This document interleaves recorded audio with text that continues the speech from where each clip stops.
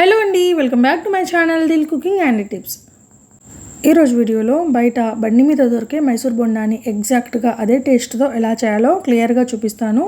నేను చూపించబోయే ఈ టిప్తో కనుక మీరు బొండాలు చేస్తున్నట్లయితే ఫస్ట్ టైం బొండా చేస్తున్నా సరే చాలా పర్ఫెక్ట్గా చేస్తారు. ఇంకా బయట దొరికే బొండాల కన్నా కూడా మనం ఇంట్లో చేస్తున్న బొండాలు హెల్తీగా కూడా ఉంటాయి, అలాగే చాలా టేస్టీగా కూడా ఉంటాయి. అలాగే మనం ఇందులో ఎలాంటి మైదా పిండి వాడము. సో హెల్త్ కాన్షియస్ ఉన్న వారికి కూడా ఇది చాలా బాగా నచ్చుతుంది. ఇంకా లేట్ చేయకుండా దీన్ని ఎలా తయారు చేసుకోవాలో ప్రాసెస్లోకి వెళ్ళిపోదాం. సో ముందుగా నేనైతే ఇక్కడ అరకప్పు వరకు మినపప్పునైతే తీసుకున్నాను. సో ఈ మినపప్పుని ఒక గిన్నెలోకి వేసుకోవాలి. ఇలా వేసుకున్న తర్వాత కొన్ని నీళ్ళనైతే పోసుకొని చక్కగా 2 నుంచి 3 సార్లు వాష్ చేసుకొని బాగా నానబెట్టుకోవాలి. సో 8 గంటల పాటు నానబెట్టుకుంటే పప్పు మనకు చక్కగా నానిపోతుంది. సో 8 గంటల తర్వాత చూపిస్తున్నాను చూడండి. పప్పు మనకు ఈ విధంగా అయితే చక్కగా మెత్తగా నానిపోతుంది అనమాట. తర్వాత దీన్ని అందరిని కూడా మనం ఒక మిక్సీ జార్లో వేసుకొని కొన్ని నీళ్లు మాత్రమే వేసుకొని మెత్తని పేస్ట్ లాగా గ్రైండ్ చేసుకోవాలి. అంటే బ్యాటర్ మనకు చాలా మెత్తగా ఉండాలన్నమాట. సో ఈ వీడియోలో క్లియర్గా చూపిస్తున్నాను చూడండి. ఇక్కడ మనకు పిండి కన్సిస్టెన్సీ ఏ విధంగా ఉంటే బొండాలు చాలా సాఫ్ట్గా వస్తాయి. తర్వాత దీన్ని పక్కన పెట్టేసుకోవాలి. ఇప్పుడు వేరొక గిన్నె తీసుకొని అందులోకి 1 కప్పు వరకు పెరుగు వేసుకోవాలి. తర్వాత ఇందులో 1 టీ స్పూన్ ఉప్పు, అలాగే 1/2 టీ స్పూన్ వంట సోడా వేసుకొని చక్కగా స్పూన్ సహాయంతో ఇలా కలిపేసుకోవాలి. ఈ పెరుగులో వంట సోడా ఉప్పు బాగా మిక్స్ అయిపోవాలన్నమాట. సో ఇలా మిక్స్ అవ్వడం వల్ల ఏం జరుగుతుందంటే మనకు ఎయిర్ బబుల్స్ అనేవి ఫామ్ అవుతాయి పెరుగులో. సో చూడండి, క్లియర్గా చూపిస్తున్నాను వీడియోలో. ఈ విధంగా ఫామ్ అవుతాయి అన్నమాట ఎయిర్ బబుల్స్.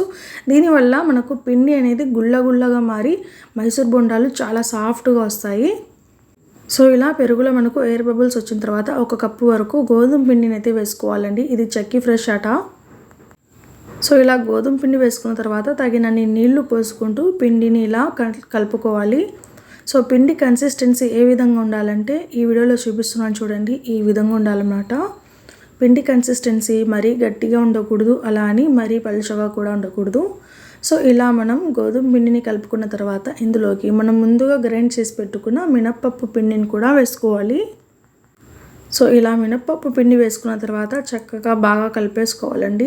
ఇలా కలుపుకున్న తర్వాత కూడా పిండి కన్సిస్టెన్సీ చూడాలి. సో మరీ గట్టిగా ఉండకూడదు, అలా అని మరీ లూజ్గా పలుచగా కూడా ఉండకూడదు. సో ఈ వీడియోలో చూపిస్తున్నాను చూడండి, ఈ విధంగా ఉంటే సరిపోతుంది. ఆ తర్వాత పిండిని కొంచెం సేపు రెస్ట్ ఇవ్వాలి. సో ఒక 15 మినిట్స్ పాటు పక్కన పెట్టేసుకుంటే సరిపోతుంది. ఈలోగా మనం చట్నీ ప్రిపేర్ చేసుకుందాం. సో చట్నీ కోసం నేను ఇక్కడ 1 కప్పు పప్పులు, అరకప్పు ఎండు కొబ్బరి, అలాగే కాస్తంత ఉల్లిపాయ ముక్కలు, కొంచెం కరివేపాకు, అలాగే కొంచెం కొత్తిమీర, అలాగే గుప్పెడు పచ్చిమిర్చి, కొంచెం అల్లం, అలాగే కొంచెం చింతపండు వేసుకొని రుచికి సరిపడినంత ఉప్పు వేసేసుకొని మూత పెట్టేసి మిక్సీ జార్లో ఒకసారి గ్రైండ్ చేసుకోవాలి. సో ఒక 5 సెకండ్స్ పాటు గ్రైండ్ చేసుకుంటే మనకు ఈ విధంగా వచ్చేస్తుందండి.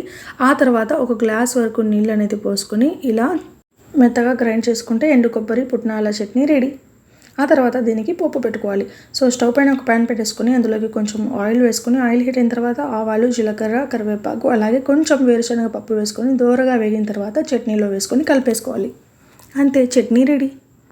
ఇంకా ఇప్పుడు మనం పిండిని 15 మినిట్స్ పాటు పక్కన పెట్టేసాం కదా పులవడానికి. ఇప్పుడు అందులోకి చిన్నగా తరిగి పెట్టుకున్న ఉల్లిపాయ ముక్కలు, కాస్తంత చిన్నగా తరిగి పెట్టుకున్న పచ్చిమిర్చి ముక్కలు, అలాగే కాస్తంత జీలకర్ర వేసుకొని ఒకసారి బాగా మిక్స్ చేసుకోవాలి. తర్వాత స్టవ్ పైన ఒక ప్యాన్ పెట్టేసుకొని అందులోకి డీప్ ఫ్రైకి సరిపడా ఆయిల్ వేసుకొని ఆయిల్ని బాగా హీట్ చేసుకోవాలి. వన్స్ మనకు ఆయిల్ బాగా హీట్ అయిన తర్వాత స్టవ్ ఫ్లేమ్ని హై ఫ్లేమ్ నుంచి మీడియం ఫ్లేమ్లోకి మార్చుకొని చిన్న బొండాల్లాగా వేసుకోవాలి. సో మీరు బొండాలు ఏ షేప్లో వేసినా కూడా ఇవి రౌండ్గానే వస్తాయండి. అదే ఇది మంచి టిప్ అనమాట. సో మనం గోధుమ పిండిలోకి ఇలా మినప్పప్పు పిండి కలిపి మొదటిసారి వేసినా కూడా మైసూర్ బొండాలు చక్కగా వచ్చేస్తాయి. బట్ ఈ బొండాలు జస్ట్ మీడియం ఫ్లేమ్లో మాత్రమే గోల్డెన్ బ్రౌన్ కలర్ వచ్చిన తర్వాత స్టవ్ ఫ్లేమ్ని ఆఫ్ చేసుకుని ఒక ప్లేట్లోకి చట్నీతో పాటు సర్వ్ చేస్తే సరిపోతుంది. అంతే, మైసూర్ బొండా రెడీ. అండ్ చేయడం కూడా చాలా సులువు కదా. మీరు కూడా మినప్పప్పు పిండితో ఈసారి ఇలా గోధుమ పిండి కలిపేసుకొని మైసూర్ బొండాలు ట్రై చేయండి. చాలా టేస్టీగా ఉంటాయి. పైన క్రిస్పీగా, లోపల గుల్లగా సాఫ్ట్గా భలే ఉంటాయి. అచ్చం రోడ్ సైడ్ ఎలా దొరుకుతాయో అంతే టేస్ట్తో ఉంటాయి. సో ఫ్రెండ్స్, చూసేసారు కదా మైసూర్ బొండాని పర్ఫెక్ట్గా ఎలా తయారు చేసుకోవాలో. నా రెసిపీ నచ్చిందా? అయితే లైక్ చేయండి, షేర్ చేయండి. ప్లీజ్ నా ఛానల్ని సబ్స్క్రైబ్ చేసుకోండి.